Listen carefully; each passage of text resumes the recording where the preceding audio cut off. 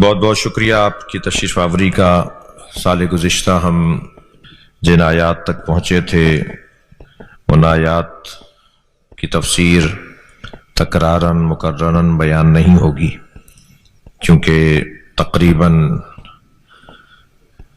غالب لوگ وہی ہیں، اکثر وہی لوگ ہیں جنہوں نے پچھلے سال بھی ہمارے ساتھ ان مجالس میں شرکت کی، اور خدا نخواستہ کسی بھی وجہ سے جو لوگ شریک نہیں ہوئے تو وہ ریکارڈ جو بنایا گیا ہے اس ریکارڈ کو حاصل کر کے دیکھ سکتے ہیں کہ سال گزشتہ ہم نے کیا کہا۔ سب سے پہلے تو اپنے محترم مجمع کو یہ بات روشن ہو جائے کہ ہم سورہ مبارکہ یوسف کی تفسیر پر غور کر رہے ہیں۔ سورہ مبارکہ یوسف کی تفسیر کو ہی کیوں عنوان بنایا گیا؟ قرآن تو بہت وسیع ہے، قرآن کی آیات، قرآن کے سورے تو اور بھی بہت سے ہیں، ہم نے سورہ یوسف کو ہی کیوں عنوان قرار دیا؟ کیا سبب تھا کہ ماہ مبارک رمضان میں سورہ یوسف پر غور کیا جائے؟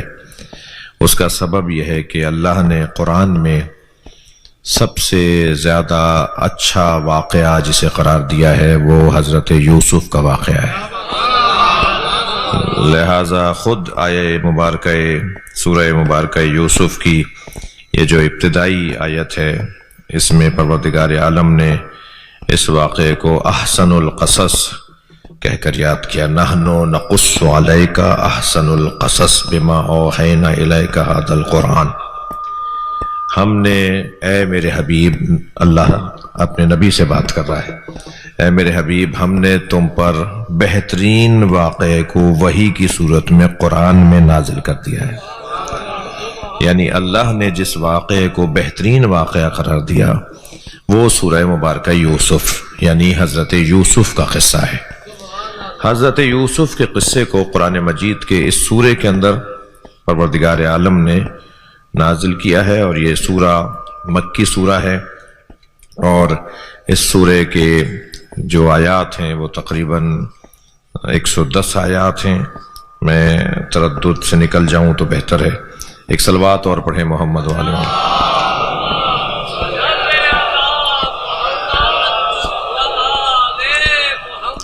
ایک اور صلوات پڑھیں، اللہم صلی علی محمد وعلی۔ 111 آیات ہیں سورہ مبارکہ یوسف کی، تو 111 آیات اگر ہر سال عشرہ تفسیر قرآن میں 10 آیتیں بیان ہوں تو کتنے سال چلیں گی؟ یہ 11 سال تک یہ عشرہ چلے گا اگر توفیق ہوئی تو۔ محمد علی بھائی، سب سے زیادہ محمد علی بھائی نے نعرہ لگایا، خوش ہوئے ہیں۔ محمد علی بھائی کی خواہش تھی کہ یہیں مجالس ہوں، بعض دوستوں کی خواہش تھی کہ جگہ کوئی تبدیل کی جائے، تو محمد علی بھائی کا اصرار تھا کہ یہیں یہ مجالس رہیں۔ بہرحال ہم دوبارہ دوسرے سال میں بھی یہاں حاضر ہوئے ہیں۔ ہم نے گزشتہ سال جن آیات کے اوپر غور کیا وہ قرآن مجید کے سورہ مبارکہ یوسف جس پہ ہم غور کر رہے ہیں اس کی جو ہے وہ آیات جنہیں ہم نے سال گزشتہ تلاوت کیا وہ 10ویں آیت تک ہم نے 10ویں آیت تک بلکہ 11ویں آیت تک 11 آیتیں ہم نے سال گزشتہ ان کے اوپر غور کیا تھا۔ وہ 11 آیات میں دوبارہ سے دہرا دیتا ہوں اور کوشش کرتا ہوں کہ ان کا ایک دفعہ ترجمہ کر دوں، اور پھر آج کی مجلس کے اندر ہم تھوڑا سا قرآن کی اہمیت کے اوپر اور قرآن کے بارے میں ہمارا کیا عقیدہ ہے، قرآن کے بارے میں ہم کیا سوچتے ہیں، قرآن سے متعلق ہمارے کیا نظریات ہیں۔ وہ جو سب مسلمانوں کے ہیں وہی ہمارے بھی ہیں، ہم بھی اس بات کو اون کرتے ہیں، دعویٰ کرتے ہیں کہ ہم انہی لوگوں میں سے ہیں جو حاملان قرآن ہیں، جو حافظان قرآن ہیں، جو قاریان قرآن ہیں، جو معتقدان قرآن ہیں، جو مریدان قرآن ہیں، جو عاملان قرآن ہیں۔ ہم سب کوشش کرنے والے ہیں کہ ہم قرآن کے عمل کرنے والوں میں شمار کیا جائے۔ تو وہ جو آیات جو ہم نے پچھلی دفعہ تلاوت کی ان کو ایک دفعہ پھر جو یعنی 11ویں آیت تک جب ہم آئے، الف لام را، اس کا تو ترجمہ کوئی کر نہیں پایا، تبھی ہم نبی کے محتاج ہیں۔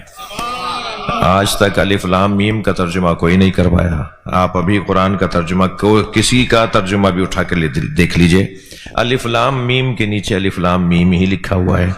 الف لام را کے نیچے الف لام را ہی لکھا ہوا ہے، کاف ہا یا عین صاد کے نیچے وہی الفاظ لکھے ہوئے ہیں۔ ہم جب بعض الفاظ بعض قرآن کی آیت کا ترجمہ نہیں کر سکتے تو قرآن سمجھنے کا دعویٰ کیسے کریں گے؟ تو ہمیں اللہ نے محتاج قرار دیا ہے نبی مکرم کا، ہمیں محتاج قرار دیا ہے اس معجزے کے معجزہ نما کا، تاکہ ہم نبی سے جڑے رہیں۔ تو الف لام را تو الف لام را ہی ہے۔ تلک آیات الکتاب المبین، یہ آیات جو کھلی ہوئی کتاب کے اندر موجود ہیں۔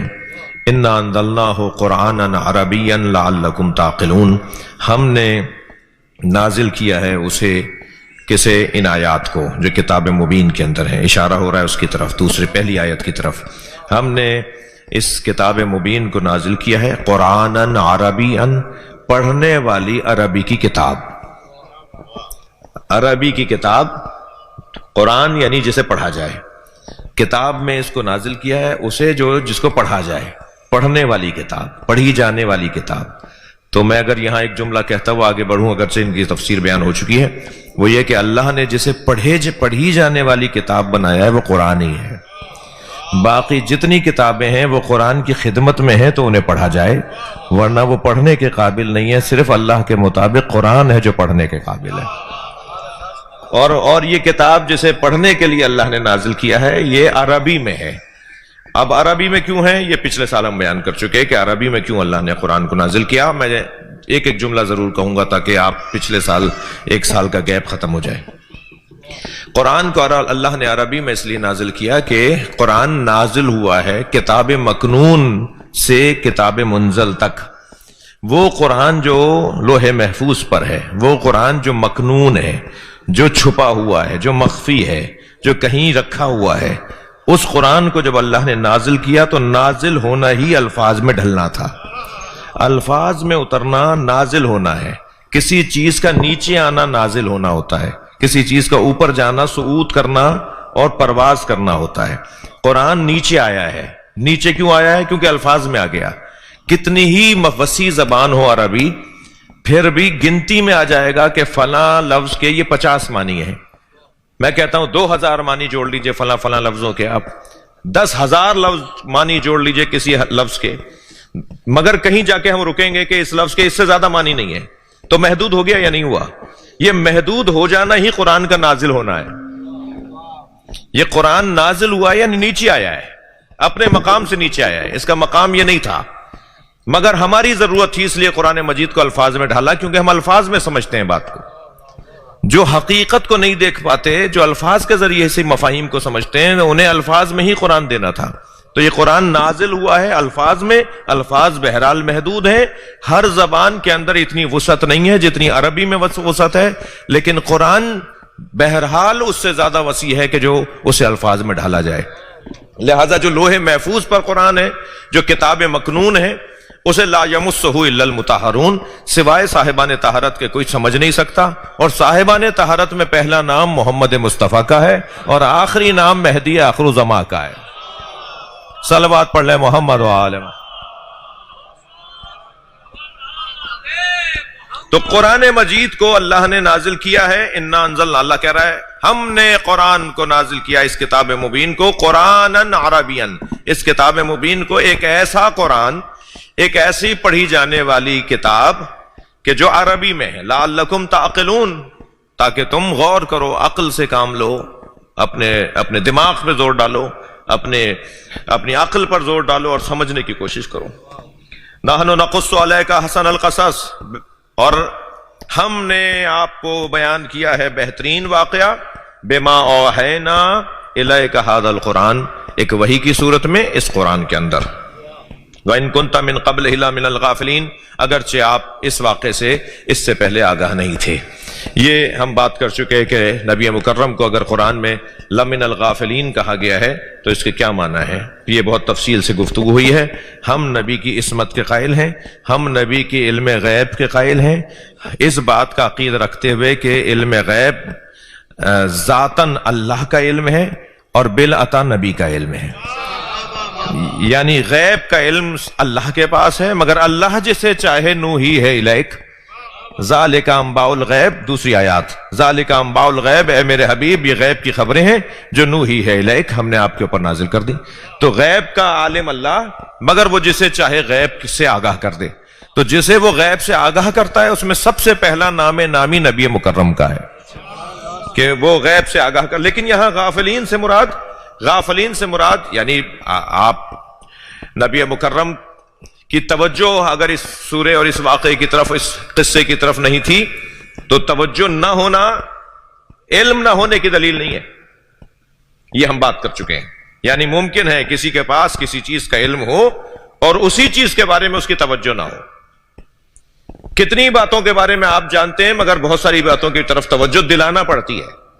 وہ جو توجہ دلائی جا رہی ہوتی ہے تو وہ توجہ دلانا ضرورت پڑی نا کہ آپ کی توجہ نہیں تھی یعنی غفلت تھی۔ تو یہاں غفلت سے مراد نبی مکرم کے مقام مقدس کے اور ساحات مقدس اور ان کی جو حیثیت اور کیفیت اور جو ان کی عظمت ہے اس پہ کوئی بال برابر بھی فرق نہیں ہے۔ اس جملے پر اس کی وضاحت ہو چکی۔ وَإِذْ قَالَ يُوسُفُ لِأَبِيهِ، یاد کریں کہ جب یوسف نے اپنے بابا سے کہا یا ابت انی رأیت احد عشر کوکبا والشمس والقمر رأیتهم لی ساجدین، بابا حضرت یوسف یاد کریں میرے حبیب کہ جب حضرت یوسف نے اپنے بابا سے کہا بابا میں نے دیکھا ہے کہ 11 ستارے، احد عشر کوکبا 11 ستارے، والشمس والقمر اور سورج و چاند، رأیتهم لی ساجدین کہ وہ مجھے سجدہ کر رہے ہیں، میں نے یہ دیکھا ہے۔ تو یہ 11 ستارے ان کے 11 بھائی اور سورج ان کے بابا اور قمر ان کی والدہ،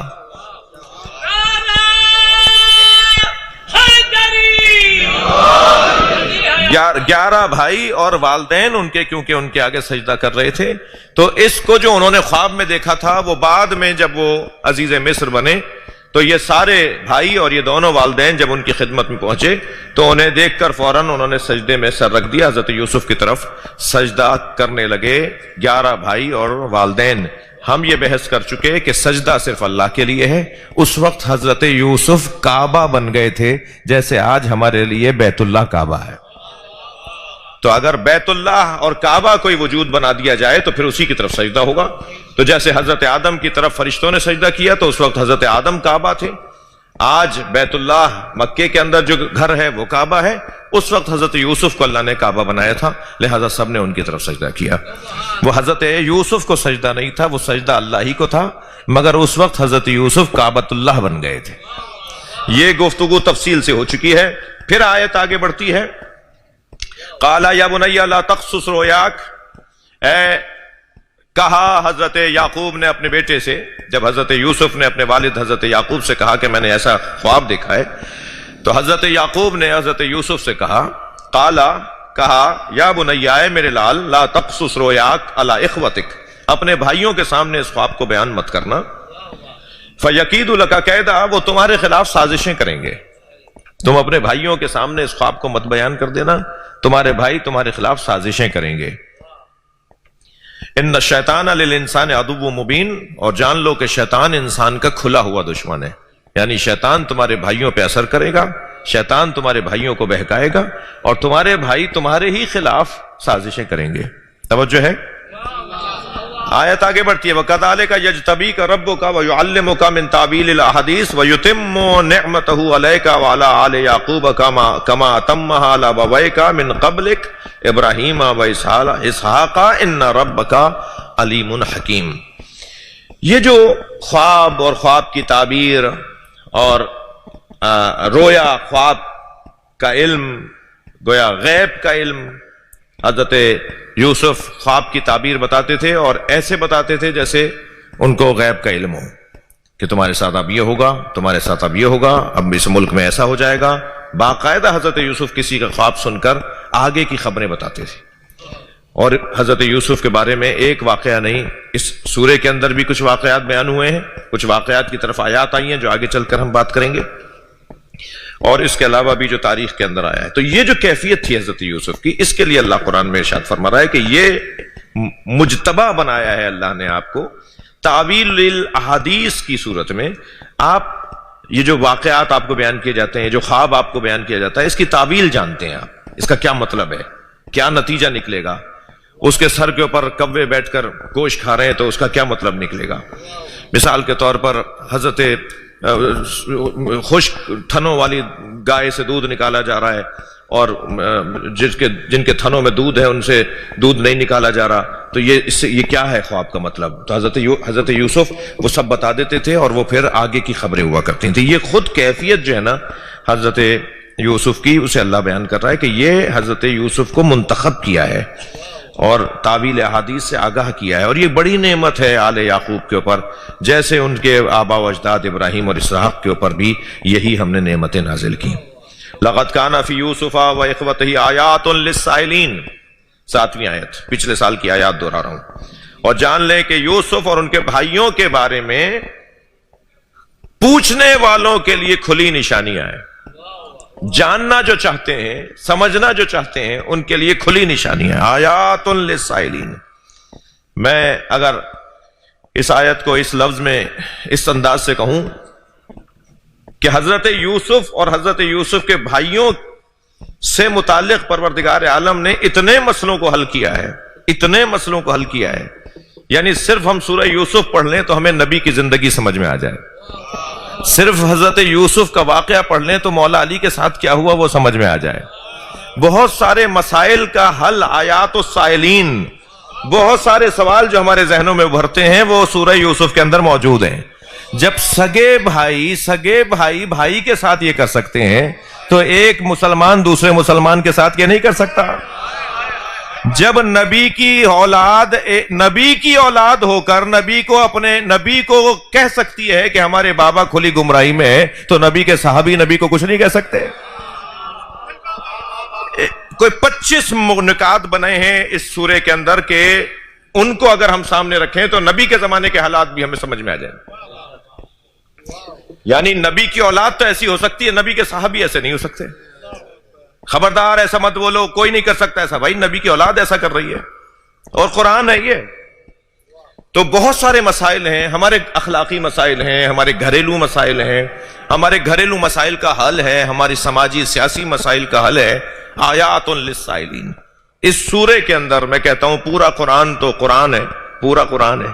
ہم صرف سورہ یوسف کو ہی اگر پڑھ لیں اور اس کی تفسیر کو پڑھ لیں، ہمارے گھروں کی الجھنیں دور ہو جائیں، ہمارے سماج کے مسائل آسان ہو جائیں، ہماری سیاسی الجھنیں دور ہو جائیں، معاشی مشکلات ہماری آسان ہو جائیں، تربیت اولاد کے مسائل ہمارے آسان ہو جائیں، ازدواجی زندگی کے مسائل ہمارے آسان ہو جائیں، ماں باپ اور اولاد کے ساتھ معاملات اور تناؤ کیا ہوتا ہے، کیا مسئلے ہوتے ہیں، اس کا حل اس سورے کے اندر موجود ہے. آیات للسائلین. جب اللہ نے کہا ہے نا کہ پوچھنے والوں کے لیے اس میں نشانیاں ہیں، تو پوچھا تو بہت کچھ جا سکتا ہے. تو جو بہت کچھ پوچھا جا سکتا ہے تو ان سب چیزوں کا یہاں جواب ہونا چاہیے، تبھی تو یہ آیت کہلائے گی آیات للسائلین. تو آپ ایک سمندر ہے معارف کا، مفاہیم کا سورہ مبارکہ یوسف کے اندر. آگے بڑھتی ہے بات. اذ قالوا لیوسف واخوہ احب الی ابینا منا. ان بھائیوں نے کیا کہا؟ آیات للسائلین. حضرت یوسف اور ان کے بھائی لوگوں کے لیے، لوگوں کے سوالات کا جواب ہے اس کے اندر، ان کے اس قصے کے اندر، کہ جب کہا ان بھائیوں نے کہ یوسف اور اس کا بھائی بنیامین جو ایک ماں سے تھے دونوں، یہ دونوں احب الی ابینا منا، یہ دونوں بابا کے قریب ہیں اور بابا ہم سے زیادہ ان سے پیار کرتے ہیں. اور پھر یہ کہہ کر رکے نہیں، نحن اسوۃ، جبکہ ہم مضبوط ہیں، ہم زیادہ ہیں، ہم بڑے بھی ہیں، ہماری طاقت بھی زیادہ ہے. نحن اسوۃ. جی تعصب کا لفظ استعمال ہوتا ہے. تعصب کا لفظ مذمت کے لیے ہم استعمال کرتے ہیں، مگر تعصب کرنے والا گروپنگ کر رہا ہوتا ہے، تعصب کرنے والا لابنگ کر رہا ہوتا ہے، تعصب کرنے والا اپنے ہم قبیلہ، ہم مزاج، تعصب و مذہبی بنیاد پر ہو، تعصب و لسانی بنیاد پر ہو، تعصب و علاقائی بنیاد پر ہو. تو تعصب کے خاندان کا لفظ ہے اسبا. یہاں پر قرآن کہہ رہا ہے کہ انہوں نے کہا ہم اسبا ہیں، یعنی ہم ایک ہیں، ہم مضبوط ہیں. نحن اسبۃ انا ابانا لفی ضلال مبین. ہمارے بابا کھلی گمراہی میں ہیں. یہ ایک نبی کے بچے ایک نبی کے لیے کہہ رہے ہیں. تو اگر نبی کے بچے نبی کے لیے ایسا کچھ کہہ سکتے ہیں تو نبی کی امتیوں نے نبی کے لیے کچھ نہیں کہا ہوگا؟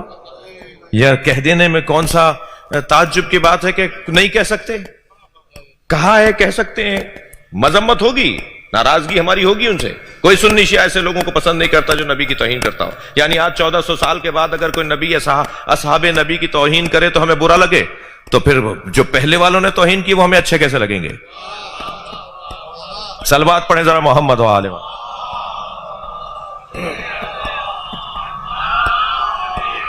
آگے بڑھ رہا ہوں میں کیونکہ یہ ہم بحث ہماری ہو چکی ہے. اقتلوا یوسف او اطرحوہ ارضا.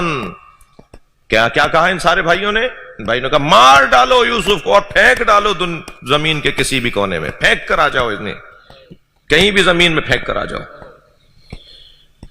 تاکہ یخل لکم وجہ ابیکم وتکونوا من بعدہ قوما صالحین، تاکہ بابا کے نزدیک ہمارا مقام بڑھے اور بابا کے سامنے سے یوسف ہٹ جائے، اور پھر کیا ہوگا؟ ہمارے ہی ہاتھ میں سب کچھ آ جائے گا. قال قائل منہم، ان 11 بھائیوں میں سے ایک نے کہا، قال قائل منہم، ان میں سے ایک نے کہا، کیا کہا؟ لا تقتلوا یوسف، یوسف کو قتل نہیں کرو. ایک نے کہا. ایک کے کہنے سے کیا ہوگا؟ ایک کے کرنے سے کیا ہوگا؟ میں کیا کر لوں گا؟ ہم اکیلے کیا کر لیں گے؟ اتنا بڑا مجمع، اتنا بڑا ماحول، اکیلے ہم کیا کر لیں گے؟ یہ قرآن نے جواب دیا ہے تم اکیلے نہیں ہو. اگر اکیلے ہو تو اس لیے مضبوط ہو کہ تم حق کے ساتھ، اور جو حق کے ساتھ ہوتا ہے وہ اکیلا بھی ہوتا ہے تو قرآن اسے 1400 سال بعد بھی یاد کرتا ہے. کبھی یہ مت سوچا کرو میں بچوں اور جوانوں سے بات کر رہا ہوں ہم اکیلے کیا کر لیں گے، میں کیا کر لوں گا، میں ان کا کیا کر سکتا ہوں. سب ایک بات کر رہے ہیں، میں اکیلا کیا کروں گا. قرآن نے ایک اکیلے بولنے والے کو آج بھی یاد کیا ہے. ایک صلوات ہدیہ کریں محمد و آل محمد.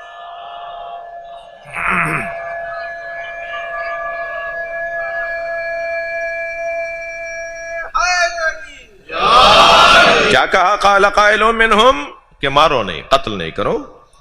وَأَلْقُوهُ فِي غَيْبَاتِ الْجُبِّ، اسے کنویں کے، اس کنویں میں ایک خاص کنواں تھا جس کے اندر جگہ بھی بنی ہوئی تھی، اسے اس کنویں میں جا کے ہم پھینک دیتے ہیں جہاں یہ کنویں میں بھی چلا جائے، ہم اس سے دور بھی ہو جائیں، اس سے ہم چھٹکارا بھی پا لیں، بابا سے اس کو دور بھی کر دیں اور مرے بھی نہیں ہے. کیوں؟ ایسے کنویں میں پھینک کر آتے ہیں کہ جہاں پر کیا ہوگا؟ یلتقط ہو بعض السیارہ، کوئی قافلہ گزرے گا اور اس کنویں میں ڈول ڈالے گا.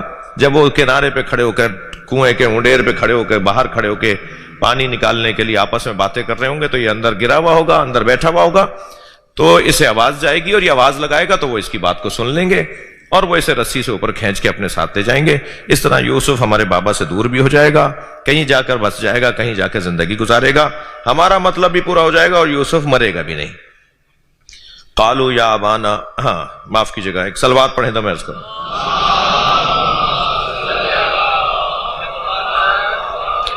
اب یہ تو ہو گئی منصوبہ بندی، یہ انہوں نے بھائیوں نے منصوبہ بندی کی. اور وہ آیت جو سال گزشتہ کی آخری آیت تھی وہ میں پڑھ رہا ہوں اور پھر ہم آگے کی آیات پہ غور کریں گے. سال گزشتہ کی آخری آیت یہ تھی، قالو، جب یہ طے کر لیا نا انہوں نے کہ پھینک کے آ جائیں گے کنویں میں اور یوسف سے جان بھی چھٹ جائے گی، بابا سے یوسف کو دور بھی کر دیں گے، ہماری بھی جو شوق اور کیفیت اور جو حاجت ہے، ضرورت ہے وہ پوری ہو جائے گی، مقصد ہمارا پورا ہو جائے گا اور ہم یوسف کو پھینک کر آ جائیں گے. تو قالو، تو ان سب نے کہا، حضرت یوسف کے بھائیوں نے حضرت یعقوب سے جا کے کہا، قالو یا ابانا ما لک لا تامنا علی یوسف وإنا لہ لناصحون. بابا کیا بات ہے، آپ یوسف کو ہمارے ساتھ محفوظ محسوس نہیں کرتے؟ کیا بات ہے، آپ یوسف کو ہمارے ساتھ جانے نہیں دیتے؟ آپ جب ہم کھیلنے کودنے جاتے ہیں، باہر جاتے ہیں، ہم ساتھ نکلتے ہیں تو آپ یوسف کو اپنے پاس روک لیتے ہیں. کیا بات ہے، آپ یوسف کو ہمارے ساتھ بھیجتے کیوں نہیں ہیں؟ یوسف کو ہمارے پاس محفوظ کیوں نہیں محسوس کرتے؟ کیا بات ہے، جبکہ وَإِنَّا لَهُ لَنَاصِحُونَ، ہم تو اس کے خیر خواہ ہیں، ہم اس کے خیر خواہ ہیں. اب دیکھیں ارادے کیا ہیں اور کہہ رہے ہیں کہ ہم خیر خواہ ہیں. نیت کیا ہے اور بول کیا رہے ہیں، ذہن میں دماغ میں کیا ہے اور الفاظ کیا ہے. ضروری نہیں ہے جو انسان سوچ رہا ہو وہ بول رہا ہو، اور جو بول رہا ہو وہ سوچ رہا ہو. کہا ہم تو اس کے خیر خواہ ہیں. اب اس کے ہم پچھلے سال اس پہ رک گئے تھے اور آج کی آیت جس میں انہوں نے کیا کہا کہ بابا آپ کیوں ایسا کرتے ہیں، کیوں نہیں جانے دیتے ہمارے ساتھ، ہم تو اس کے خیر خواہ ہیں. ارسلہ معنا غدن یرتع ویلعب وان لہ لحافظون. آج کی آیت. مگر میں چاہوں گا کہ اس آج کی آیت پر غور کرنے سے پہلے میں آپ سے کچھ اور عرائض بھی رکھوں. ایک صلوات ہدیہ کریں.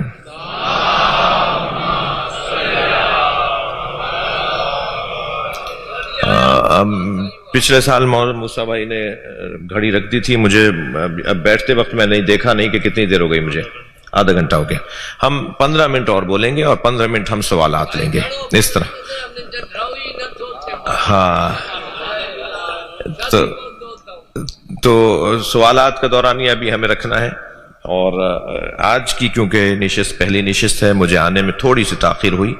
میں اپنے محترم مہمانوں سے معذرت چاہوں گا کہ کیونکہ سنی بھی شیعہ بھی سارے سامعین کو یہاں دعوت ہے آنے کی اور تشریف فرما بھی ہیں، تو میں معذرت اس لیے چاہوں گا کہ آج میرے بڑے بھائی جناب مولانا محمد اون نقوی کی برسی تھی، مجلس تھی مغرب سے پہلے اور انتظامات سے فارغ ہوتے ہوتے کچھ مجھے تاخیر ہو گئی. کل انشاءاللہ ہم شاید 15-20 منٹ پہلے، ایسے ہی ڈاکٹر صاحب، انشاءاللہ ہم 15-20 منٹ پہلے آپ کی خدمت میں حاضر جائیں گے، یعنی 9 بجے انشاءاللہ ہم آپ کی خدمت میں حاضر جائیں گے. تو آج کی مجھے درگزر فرمائیں گے.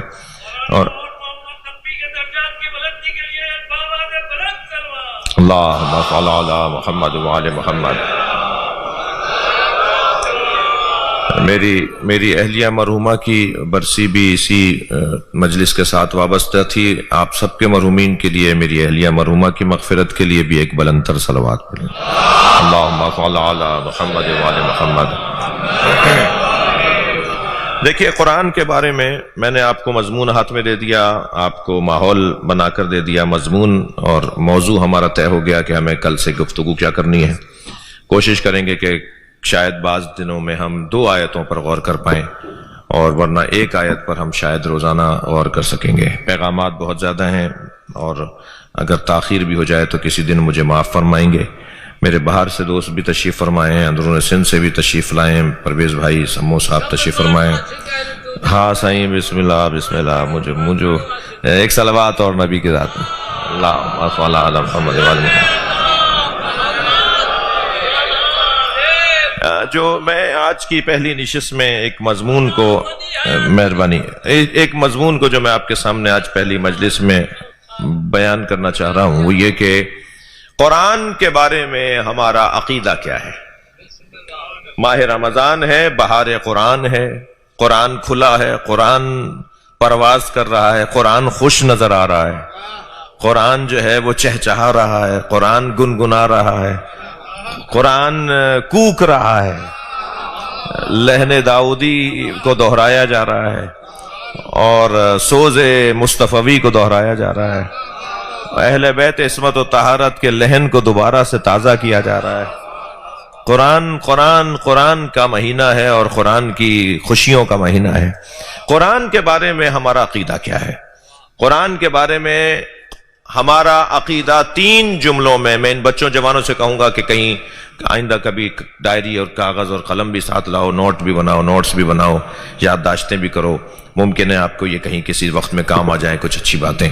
قرآن کے بارے میں ہمارا عقیدہ 3 جملوں میں بیان کرنے کی کوشش کروں گا. سب سے پہلا جملہ قرآن کے بارے میں ہمارا قرآن کے بارے میں عقیدہ 3 جملوں میں خلاصہ ہوگا. سب سے پہلا جملہ یہ کہ قرآن کلام اللہ ہے. یہ ہمارا عقیدہ ہے. قرآن اللہ کا کلام ہے، اللہ کا کلام ہے قرآن. اور اللہ کا کلام ہے، اس کا مطلب یہ ہے کہ علم الہی ہے، اور علم الہی ذات الہی ہے. اس کا علم اس کی ذات ہے، اس کی ذات علم ہے. یعنی علم اور ذات الہی 2 چیزیں نہیں ہیں. اس کی ذات اس کی صفت سے علیحدہ نہیں ہے، اس کی صفت علم اس کی ذات سے علیحدہ نہیں ہے. یعنی اللہ کا کلام ہے، یعنی اللہ کا علم ہے، اور اللہ کا علم اللہ سے جدا نہیں ہے.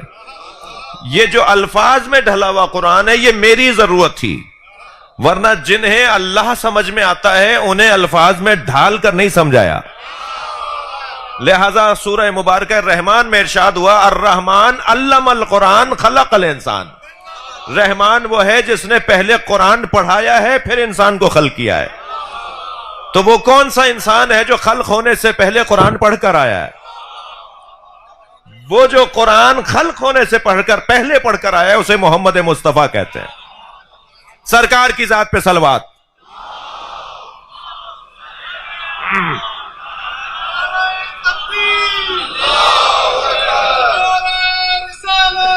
یا رسول اللہ. قرآن کلام اللہ ہے، اس کے بارے میں قرآن نے چیلنج کیا ہے، تحدی ہے، ایک اعلان ہے، ایک دعوت عام ہے کہ اگر تم اللہ کا کلام قرآن کو نہیں مانتے ہو تو آؤ میرا مقابلہ کرو. ارشاد ہوا لو انزلنا هذا القرآن على جبل لرأيته خاشعا متصدعا من خشية الله تلك الامثال نضربها للناس لعلهم يتفكرون. اگر ہم نے اس قرآن کو پہاڑوں پر نازل کیا ہوتا، پہاڑ پر نازل کیا ہوتا، تو تم دیکھتے کہ پہاڑ خشیت پروردگار سے ریزہ ریزہ ہو جاتا. اور یہ مثال تلک الامثال، ایسی مثال نضربها للناس، لوگوں کے لیے اللہ دیتا ہے، لوگوں کو سمجھانے کے لیے ایسی مثالیں اللہ دیتا ہے. لعلہم یتفکرون، شاید کہ سوچنے لگیں، غور کرنے لگیں. یہ قرآن کا ایک اعلان. پھر جا کے ارشاد ہوا ام یقولون تقولہ بل لا یؤمنون، اور یہ لوگ کہتے ہیں کہ یہ گھڑی ہوئی باتیں ہیں اور قرآن پر ایمان نہیں رکھتے. فلیاتوا بحدیث مثلہ ان کانوا صادقین، تو پھر یہ لے آئیں ایک آیت قرآن کی، ایک آیات میں سے کوئی ایک آیت جیسی آیت لے آئیں. اچھا قرآن نے، میں اور آپ کو اس کو تھوڑا سا اور بہتر کروں اپنے بیان کو، قرآن نے مخالفان قرآن کو دعوت دی ہے. یہ کم بات ہے کوئی کہ اپنے مخالف کو میدان کی دعوت دی جائے کہ آؤ آ جاؤ میرے سامنے، آؤ مقابلہ کرو. یہ بڑی بات ہے کہ کسی کو اتنی اہمیت بھی دے دی جائے. کسی کو اتنی اہمیت دینا، خاص طور پر مخالف کو اتنی اہمیت دینا، اس کے اندر ایک حکمت ہے. جو قرآن مخالف ہیں انہیں قرآن نے 4 مرحلوں میں دعوت دی ہے. پہلے تو کہا کہ یہ لوگ کہتے ہیں کہ یہ قرآن اللہ کا کلام نہیں ہے، تو پھر اے میرے حبیب ان سے کہہ دو کہ یہ قل لئن اجتمعت الانس والجن لئن اجتمعت الانس والجن الا یاتوا بمثل هذا القرآن، اگر سارے جن اور انس جمع بھی ہو جائیں تو ایسا قرآن نہیں لا سکتے، قرآن جیسا قرآن نہیں لا سکتے. ٹھیک ہے، لا یاتون بمثلہ، یہ قرآن جیسا نہیں لا سکتے. وَلَوْ كَانَ بَعْضُهُمْ لِبَعْضٍ ظَهِيرًا، اگرچہ بعض کی مدد بھی کریں تب بھی قرآن جیسا قرآن نہیں بنا سکتے. تو پہلے تو اللہ نے پورے قرآن کے مقابلے میں قرآن لانے کا موقع دیا ہے، انہیں دستہ دیا ہے، میدان دیا ہے کہ لے آؤ قرآن جیسا قرآن لے آؤ. پھر اس نے کچھ عرصے بعد کہا کہ نہیں، یہ میں نے تمہیں زیادہ کہہ دیا، تم اتنا نہیں کر سکتے. تو کیا کہا؟ ام یقولون افتراہ، یا یہ کہتے ہیں کہ یہ گھڑا ہوا ہے. قل، اے میرے حبیب ان سے کہہ دو فاتوا بعشر سور من مثلہ، فاتوا بعشر سور مثلہ مفتریات، تو تم بھی ایسے ہی 10 سورے گھڑ کر لے آؤ. اگر یہ قرآن گھڑا ہوا ہے تو تم بھی ایسے 10 سورے گھڑ کر لے آؤ. پھر اللہ نے قرآن نہیں 10 سوروں کی بات کی، پھر نہیں 10 سوروں کی بھی نہیں، پھر کہا نہیں 1 سورہ لے آؤ. وَإِن كُنتُمْ فِي رَيْبٍ مِّمَّا نَزَّلْنَا عَلَىٰ عَبْدِنَا، اگر یہ شکی ہیں کہ یہ ہم نے اپنے عبد کے اوپر نازل نہیں کیا جی، تو ان سے کہہ دو کہ فَاتُوا بِسُورَةٍ مِّن مِّثْلِهِ، تو پھر یہ 1 سورہ لے آئیں. پورا قرآن لے آئیں، نہیں لائے. 10 سورے لے آئیں، نہیں لائے. 1 سورہ لے آئیں، نہیں لائے. پھر اور بھی رعایت دے دی اللہ نے، اور وہ رعایت کیا ہے؟ وہ رعایت ہے فَلْيَأْتُوا بِحَدِيثٍ مِّثْلِهِ، ایک آیت لے آئیں.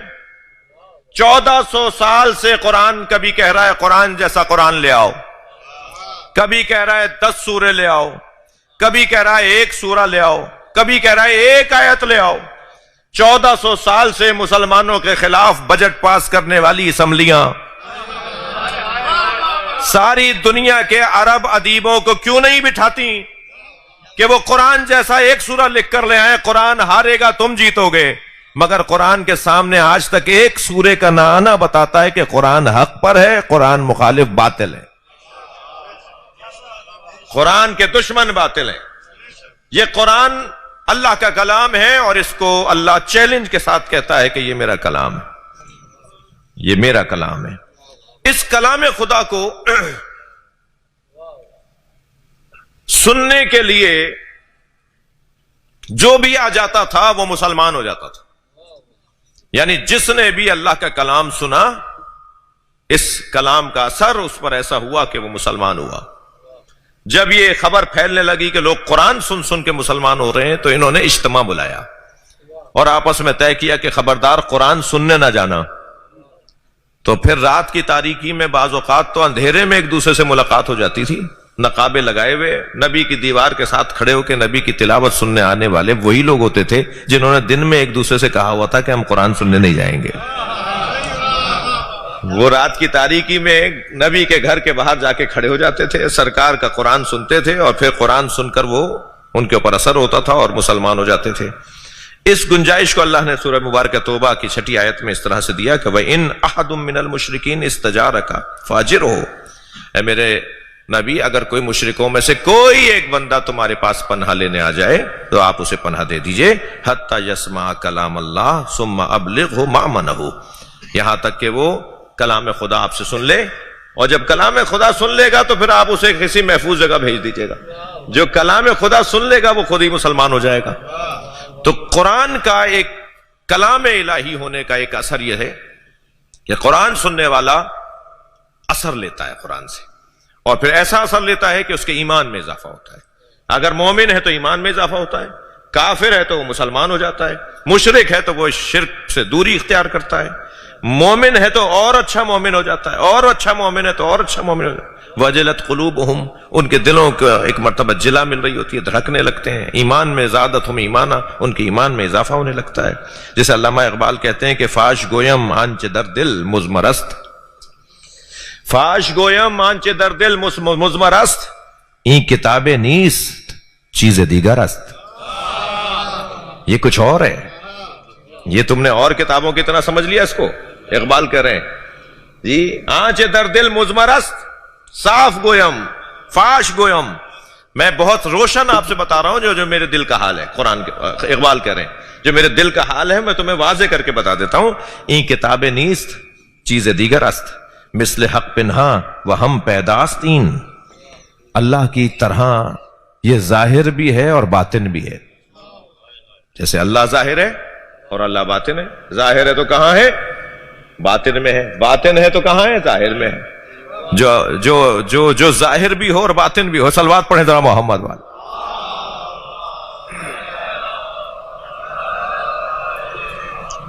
کہتے ہیں مثل حق پنہاس، مثل حق پنہان و ہم پیداستین، زندہ او پائندہ او گویاستین۔ یہ ایسا تازہ کلام ہے، ایسا زندہ کلام ہے کہ بہت سارے لوگوں کو خود اپنے اوپر شک ہونا چاہیے کہ وہ زندہ ہیں یا نہیں، مگر قرآن زندہ ہے، اس پہ یقین ہونا چاہیے۔ تو قرآن اللہ کا کلام، یہ ہمارا پہلا عقیدہ۔ ہمارا قرآن کے بارے میں دوسرا نظریہ، دوسرا عقیدہ یہ ہے کہ یہ نبی مکرم حضرت محمد مصطفیٰ صلی اللہ علیہ وآلہ وسلم پر نازل ہوا ہے۔ قرآن سرکار دو جہاں پر نازل ہوا ہے۔ قرآن آپ کا معجزہ ہے، قرآن آپ کا معجزہ ہے۔ ہر نبی کا معجزہ فعل تھا، ہمارے نبی کا معجزہ علم ہے۔ فعل وقت کا محتاج ہوتا ہے، علم وقت کا محتاج نہیں ہوتا۔ لہذا 1400 سال سے اب تک اور نہ جانے کب تک نبی کا معجزہ تھا، ہے، رہے گا، اس لیے کہ وہ علم ہے۔ نبی کا معجزہ ہے، یہ آپ پر نازل ہوا ہے۔ یہ ہمارا دوسرا عقیدہ ہے قرآن کے بارے میں۔ اس کی تفصیل ہے جس میں میں جانے سے گریز کر رہا ہوں کہ یہ قلب مصطفیٰ پہ اترا ہوا قرآن، نزل بہ روح الامین علی قلبک، روح الامین کے ذریعے سے اسے نازل کیا گیا ہے آپ کے قلب پر۔ نبی کے قلب پر قرآن اترا ہے۔ پہاڑ پر اترتا تو ریزہ ریزہ ہو جاتا، مگر یہ قلب مصطفیٰ پہ اترا ہے، تو کتنی سنگینی ہوگی نبی کے قلب میں، کتنا قابلیت ہوگی سرکار کے قلب مبارک میں کہ قرآن ان کے قلب پر اتر جائے تو ان کا قلب مبارک ما داغ البصر، نہ آنکھ جھپکے نہ آنکھ بھٹکے، وہ کیفیت ہی ان کی، کوئی فرق ہی نہ پڑے ان کے اوپر اگر قرآن ان پر اتر بھی آئے، مگر وہ قرآن اگر پہاڑ پر اترتا تو پہاڑ ریزہ ریزہ ہو جاتا۔ لہذا قرآن کی نبی مکرم کے قلب مبارک پہ اترنا، یہ قرآن کی جہاں عظمت ہے وہاں سرکار دو جہاں کی عظمت بھی ہے۔ میں یہ بات پچھلے سال کر چکا ہوں، مگر دل کر رہا ہے 1 منٹ کی تکرار کر دوں۔ علامہ اقبال روزانہ قرآن کی تلاوت کرتے تھے، فجر کی نماز کے بعد علامہ اقبال قرآن کی تلاوت کرتے تھے۔ ایک دن ان کے ابا برابر سے گزرے، دیکھا قرآن پڑھ رہے ہیں، پوچھا بیٹا کیا پڑھ رہے ہو؟ کہا ابا قرآن پڑھ رہا ہوں۔ کہا قرآن تو سوائے مصطفیٰ سرکار کے کوئی سمجھ ہی نہیں سکتا، اس لیے کہ ان کے دل پہ اترا ہے۔ تو انہوں نے کہا ابا کیا مطلب ہے پھر ہم قرآن نہ پڑھیں؟ کہ نہیں قرآن ضرور پڑھو، مگر جہاں قرآن اترا ہے وہاں جگہ بناؤ۔ قرآن قلب مصطفیٰ میں اترا ہے تو قلب مصطفیٰ میں جگہ بناؤ۔ تو انہوں نے کہا قلب مصطفیٰ میں جگہ کیسے بنتی ہے؟ کہنے لگے فاطمہ زہرا کو راضی کرو۔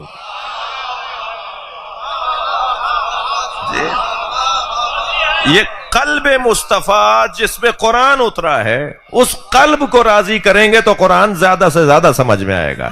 صلوات ہدیہ کریں محمد و آل محمد پر۔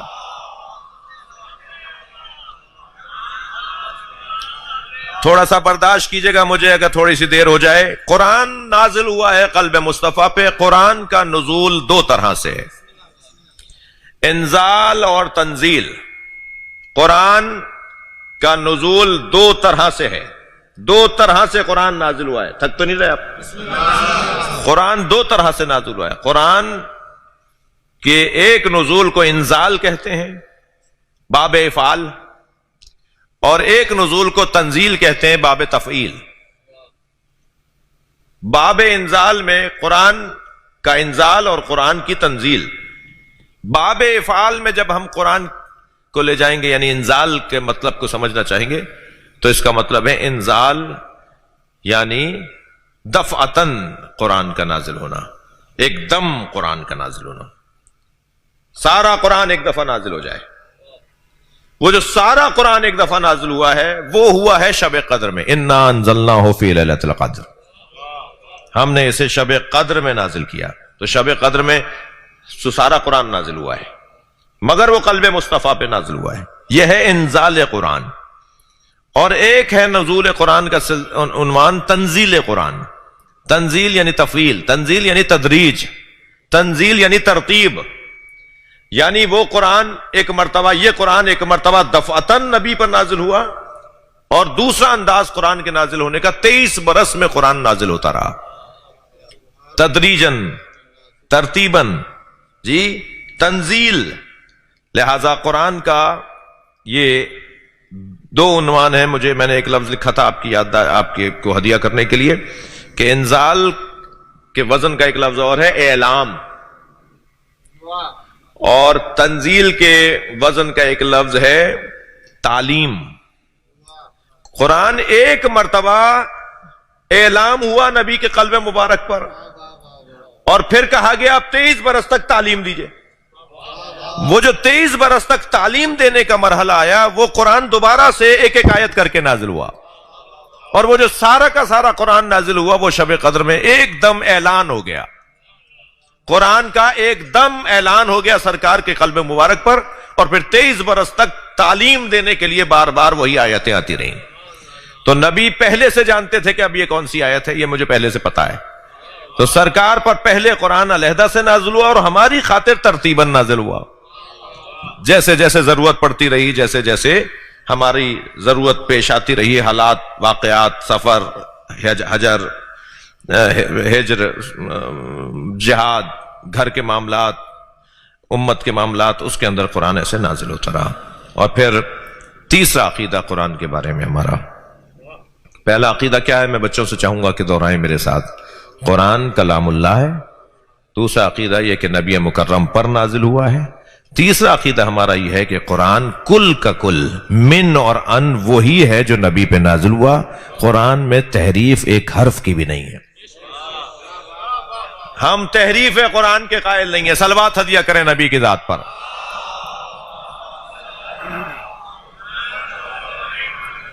قرآن کا ایک ایک حرف محفوظ ہے، قرآن کا ایک ایک لفظ محفوظ ہے، قرآن جیسا نازل ہوا تھا وہ سارا کا سارا آج بھی موجود ہے۔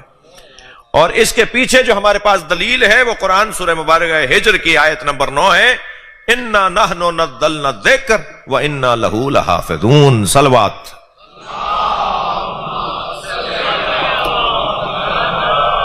ہم نے اس قرآن کو نازل کیا ہے اور ہم ہی اس کی حفاظت کرنے والے ہیں۔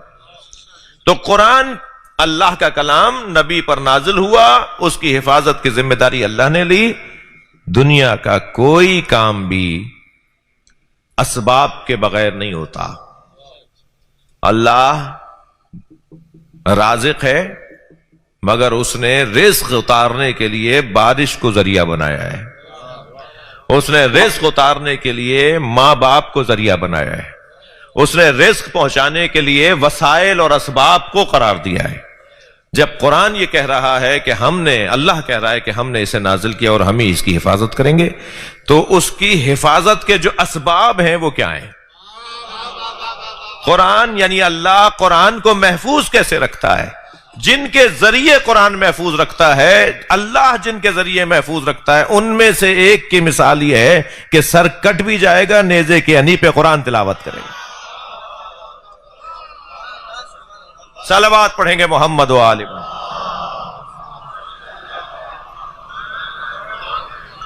یہ سارا گھرانہ محافظان قرآن کا گھرانہ ہے، نبی کا گھرانہ قرآن کی حفاظت کرنے والا گھرانہ ہے۔ اگر تھک نہیں رہے تو ایک مثال دے دوں، تھائیں تہاں کھانا تو پوچھا تہاں جی تو مجھے خبر آ۔ صلوات پڑھیں ذرا محمد والے۔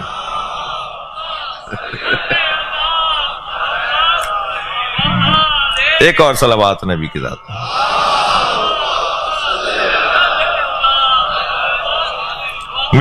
مثال بڑی حسین ہے، واقعہ ہے امام محمد تقی علیہ السلام کا۔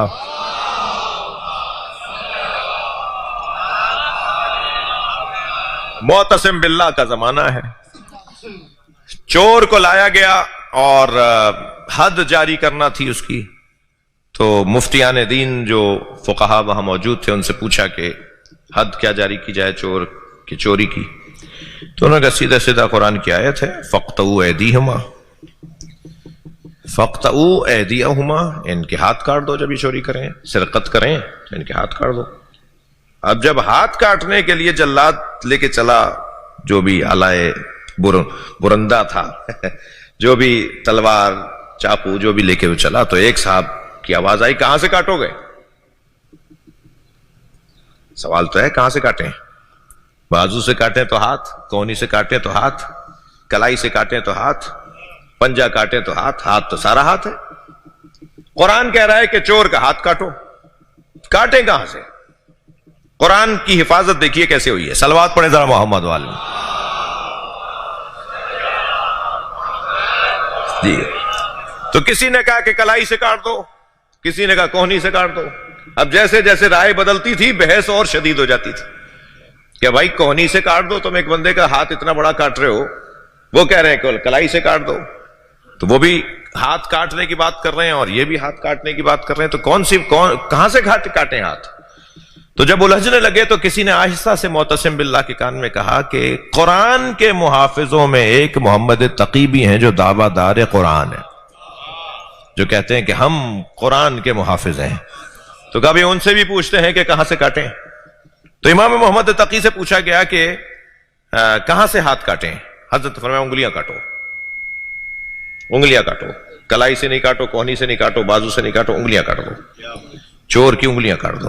انہوں نے کہا جیسے میں نے پوچھا تھا کلائی سے کاٹنے والے سے بھی، کوہنی والے سے بھی، کہ کیوں؟ تو آپ سے بھی پوچھوں گا کیوں؟ حضرت نے فرمایا ان المساجد للہ، مساجد اللہ کے لیے ہیں، بندوں کا اختیار اس پہ نہیں ہے، اور ہاتھ ان 7 اعضائے سجدہ میں سے ہے جو اللہ کی خاطر اللہ نے بنایا۔ مان لیا گیا حضرت کی بات کو۔ محافظان قرآن، قرآن کی تفسیر و تعویل کرنے والی ہستیاں جنہوں نے دعویٰ کیا اور دعوے کو سچ کر دکھایا۔ اللہ ہمیں قرآن کے چاہنے والوں میں شمار فرمائے۔ 5-8 منٹ آپ سے چاہوں گا کہ 10 منٹ کوئی سوال اگر ہو تو ایک سوال صلوات کے ذریعے سے آمادہ ہو جائیے کوئی سوال کرنے کے لیے. اگر کوئی سوال کرنا چاہے تو وہ اپنا ہاتھ بلند کر لے تاکہ یہ مائک ہم وہاں تک پہنچا سکیں. اگر کوئی بندہ مومن اس حوالے سے کوئی سوال کرنا چاہے.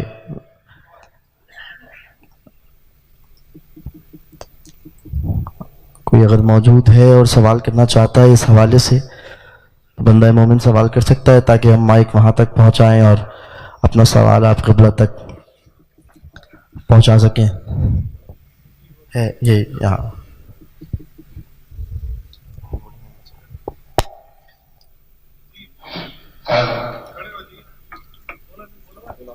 کھلا بھائی.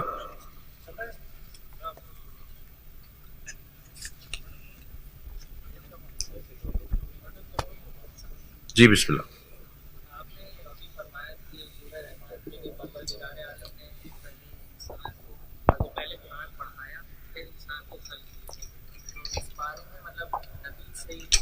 جاتی ہے والی بات تو یہ ذرا کلیئر کر دیں کہ رسول کا جو سب سے پہلے نور خلق ہوا تو یہ خلق اور پھر علم کا سکھانا یہ مطلب سمجھ میں نہیں آیا. خلقت کے دو مرحلے، ایک خلقت نوری ہے، ایک خلقت مادی ہے. نبی مکرم کا نوری خلقت اور آپ کی مادی خلقت. سوال کیا ہے میرے عزیز نے، اس کو بند کر دیجیے گا. اس سوال کیا ہے کہ نبی مکرم کی پھر خلقت جو ہے وہ نوری خلقت بھی ہے، اور پھر خلقت اس سے پہلے اللہ نے قرآن پڑھا دیا تو پھر قرآن پڑھایا تو جو حضرت نبی مکرم کی خلقت ہو چکی تھی اور تو نور عالم انوار میں تھے، تو پھر یہ کون سی خلقت ہے؟ تو خلقت کی دو قسمیں، یعنی نبی کا نور خلق ہوا جو پہلے خلق ہوا، اور آپ کا بدن مبارک خلق ہوا جو بعد میں خلق ہوا. حتیٰ یہاں تک حسان ابن ثابت رحمۃ اللہ علیہ رضوان اللہ تعالی علیہ تو یہاں تک فرماتے ہیں کہ اللہ نے نبی کے بدن کو خلق کرنے سے پہلے خود نبی سے پوچھا، بتاؤ تمہیں کیسے بناؤں، تمہاری آنکھیں کیسی بناؤں، تمہارے ہاتھ کیسے بناؤں. تو وہ خلقت نوری ہے جس خلقت کے بعد قرآن پڑھایا گیا، اور وہ خلقت بدنی ہے جو قرآن پڑھانے کے بعد خلق ہوا. جی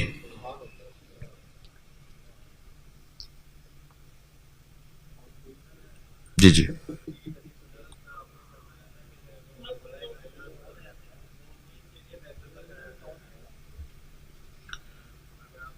دوبارہ کہو، ان کے بولنے سے میری توجہ یہاں ہو گئی.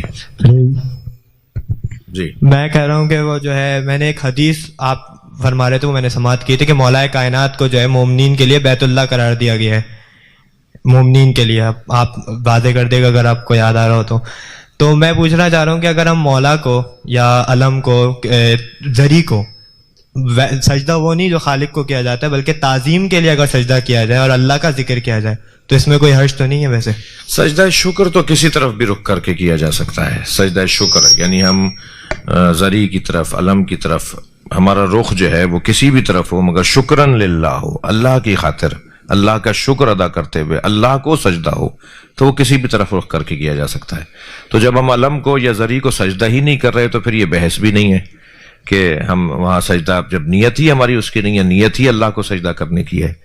تو سجدہ السجدۃ للہ، السجود للہ، سجدہ صرف اور صرف اللہ کے لیے ہے. اور سجدہ تعظیمی کے لیے مورد مخصوص ہیں، جیسے حضرت آدم کا واقعہ، جیسے حضرت یوسف کا واقعہ. لیکن سجدہ شکر کے لیے عمومی اجازت ہے کہ ہم کسی بھی طرف رخ کر کے اللہ کا شکر ادا کر سکتے ہیں. مثلا ہم اگر امام حسین کے مزار پر پہنچے، کربلا معلیٰ میں، نجف اشرف مولا علی کے مزار پر پہنچے، اور ہم نے چوکھٹ پہ جا کے سر رکھ دیا اور کہا شکرن للہ، اللہ تیرا شکر ہے تو نے ہمیں یہاں پہنچا دیا، تو بالکل جائز ہے، ٹھیک ہے. جی جی.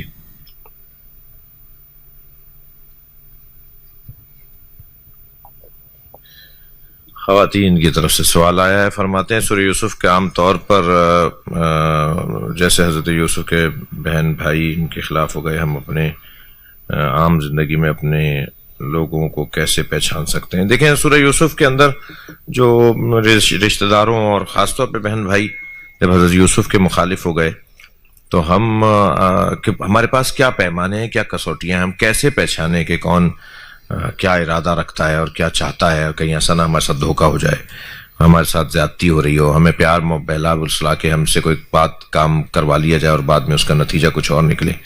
تو یہ جو قرآن میں ابھی اصول بیان ہو رہے ہیں نا سورہ یوسف کے اندر، جو پچھلی نشست کے اندر بھی ہم بیان کر چکے، اس کے اندر بھی کچھ اصول بیان ہوئے ہیں۔ کل سے بھی ہم ان آیات کے اندر جو تفسیر کی نکات علماء مفسرین نے، میں نے کوئی 25 تفسیریں تو دیکھی ہوں گی آپ کی خدمت میں آنے سے پہلے، تو وہ جو علماء نے مفسرین نے جو اس سے متعلق نکات لکھے ہیں وہ ہم بیان کریں گے، انہی میں سے ہم اپنے اصول زندگی کو بھی تلاش کریں گے۔ جی ایک سوال اور دے دیجیے ورنہ میں پوچھ لیتا ہوں۔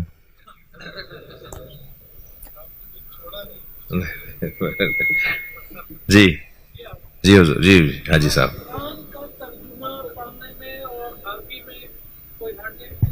سوال بہت پرانا ہے کہ کیا ہم عربی اگر نہیں جانتے تو قرآن کا ترجمہ پڑھ لیں؟ ترجمہ قرآن نہیں ہے، ترجمہ ہے، اللہ کے الفاظ تو عربی میں ہیں، لہٰذا ہم جب اپنی دنیا کی خاطر، اپنی نوکری کی خاطر چینی زبان سیکھ رہے ہیں، انگریزی زبان سیکھ رہے ہیں، جی اور بہت ساری زبانیں سیکھ رہے ہیں، تو ہم کیا جرمنی زبان، مثال جرمن کی زبان، ہم جب یہ ساری زبانیں سیکھ سکتے ہیں تو کیا ہم عربی نہیں سیکھ سکتے؟ میں آپ کو ایک بشارت دوں کہ قرآن مجید کے اندر جو تکراری الفاظ ہیں انہیں ہٹا دیا جائے، جو ہماری زبان کے الفاظ ہیں انہیں ہٹا دیا جائے، تو ٹوٹل 600 الفاظ ہیں جو ہماری زبان کے نہیں ہیں اور تکراری نہیں ہیں۔ ہمیں صرف 600 الفاظ کو پڑھنا ہوگا، ہمیں قرآن سمجھ میں آ جائے گا، تو اہتمام انتظام کرنا ہوگا۔ یا اللہ ہمارے بولنے بیٹھنے کو عبادت شمار فرما، اس مجمع پر یہ قرآن کے چاہنے والے ہیں، محبان قرآن یہاں جمع ہیں، یا اللہ ان سب پر اپنا کرم نازل فرما، یا اللہ ان کے رزق میں عزت میں اضافہ فرما، توفیقات میں اضافہ فرما، امام زمانہ کے ظہور میں تعجیل فرما۔ گزارش کر رہا ہوں ایک سورہ فاتحہ کے لیے حاضرین مجلس کے مرحومین، خاص طور پہ سید جعفر علی رضوی، سیدہ ملیکہ خاتون، سیدہ زحا فاطمہ، سیدہ صالحہ لبنہ تقوی، اور آج برسی تھی مولانا سید محمد اون نقوی کی، تمام مومنین و مومنات، مسلم و مسلمات، حاضرین، شہدائے ملت، رحم اللہ من قرأ الفاتحہ۔ بسم اللہ الرحمن الرحیم، الحمدللہ رب العالمین، الرحمن الرحیم، مالک یوم الدین، ایاک نعبد و ایاک نستعین، اهدنا الصراط المستقیم، صراط الذین انعمت علیہم غیر المغضوب علیہم ولا الضالین۔ بسم اللہ الرحمن الرحیم، قل هو اللہ احد اللہ الصمد لم یلد ولم یولد ولم یکن له کفوا احد، اللہم صل علی محمد وعلی محمد۔ محترمہ ذکیہ نیار جو زوجہ ہیں سید نیار حسین کی، وہ بیمار ہیں، مولانا سید مظہر عباس نقوی صاحب خیرپور سے انہیں کراچی لے کر آ رہے ہیں، ان کی طبیعت ٹھیک نہیں ہے۔ آپ سب کے بھی عزیزوں میں، اقارب میں، پڑوسیوں میں، رشتہ داروں میں جو مریض ہوں، ان سب کی شفا یابی کے لیے بلند تر صلوات۔ اللہ